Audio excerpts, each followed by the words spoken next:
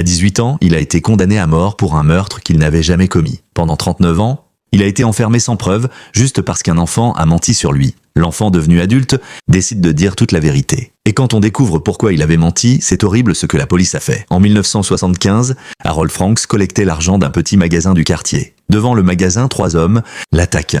Ils lui jettent de l'acide au visage, puis ils lui tirent dessus. Harold Franks meurt sur place. La police est sous pression. Il faut des coupables vite.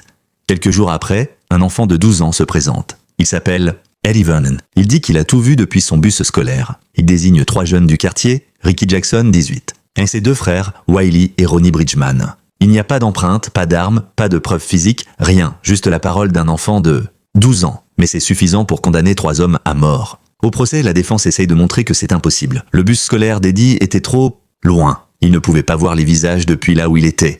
Personne ne l'écoute. Ricky Jackson est déclaré coupable. À 18 ans, il est condamné à la peine de mort. Mais en 1978, la peine de mort est suspendue dans le pays. Jackson échappe à l'exécution. Mais il reste condamné à la prison à vie. À chaque demande de liberté conditionnelle, on lui dit la même chose. Avoue et tu pourras sortir. Il refuse.